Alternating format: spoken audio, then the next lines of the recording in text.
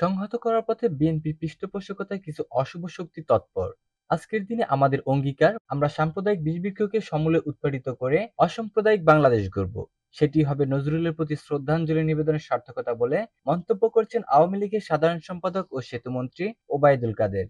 শনিবার সকালে জাতীয় কবি কাজী নজরুল ইসলামের ১২৫তম জন্মবার্ষিকীতে আওয়ামী লীগের শ্রদ্ধা নিবেদন শেষে এসব কথা বলেন তিনি। এ সময় ওবায়দুল কাদের আরো বলেন, কোনো রাজনৈতিক দলের নেতাকর্মীকে জেলে পাঠানোর এজেন্ডা আমাদের নেই।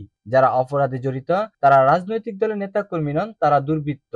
ওবায়দুল কাদের বলেন, চেতনার কবি, বিদ্রোহ বেদনার কবি, যৌবনের কবি নজরুল। কবিকে বঙ্গবন্ধু স্বাধীনতার পর দেশে এনেছিলেন। বাঙালি জাতির স্বাধিকার সংগ্রাম, মুক্তিযুদ্ধের সংগ্রামে প্রেরণার উৎস ছিলেন নজরুল। তাকে শ্রদ্ধার সঙ্গে স্মরণ করি। মুক্তিযুদ্ধে জয়ী হয়েছি বঙ্গবন্ধুর নেতৃত্বে, কিন্তু বিজয়কে সুসংহত করতে হবে। বিএনপির নেতৃত্বে দেশে কিছু অশুভ সাম্প্রদায়িক শক্তি তৎপর। সেতুমন্ত্রী আরো বলেন, আমরা মুক্তিযুদ্ধে বিজয়ী হয়েছি বঙ্গবন্ধুর নেতৃত্বে। সংহত করার এখনো অনেক কাজ বাকি বলে মন্তব্য করেন তিনি।